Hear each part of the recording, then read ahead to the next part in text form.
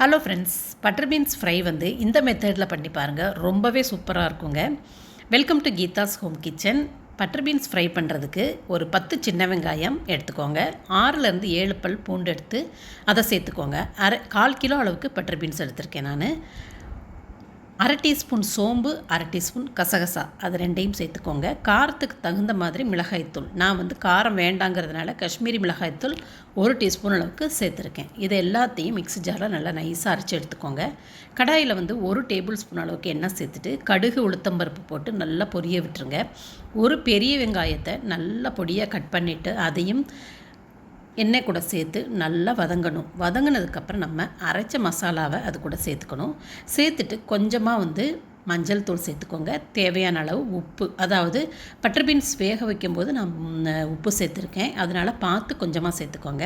கொஞ்சமாக தண்ணி சேர்த்து அதோட பச்சை வாசனை போகணும், அந்த அளவுக்கு வந்து நல்லா அதை வந்து வதக்கி விட்டுருங்க. அதுக்கப்புறம் நம்ம இந்த மாதிரி வேக வச்ச பட்டர் பீன்ஸ் அது கூட சேர்த்து, உங்களுக்கு கிரேவியாக வேணும்னா நீங்கள் ஒரு 5 நிமிஷம் இல்லை 10 நிமிஷத்தில் இறக்கிடலாம்.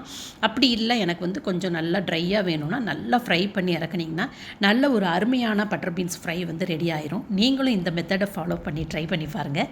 சாப்பிட்டு பாருங்கள், என்ஜாய் பண்ணுங்கள். தேங்க்யூ.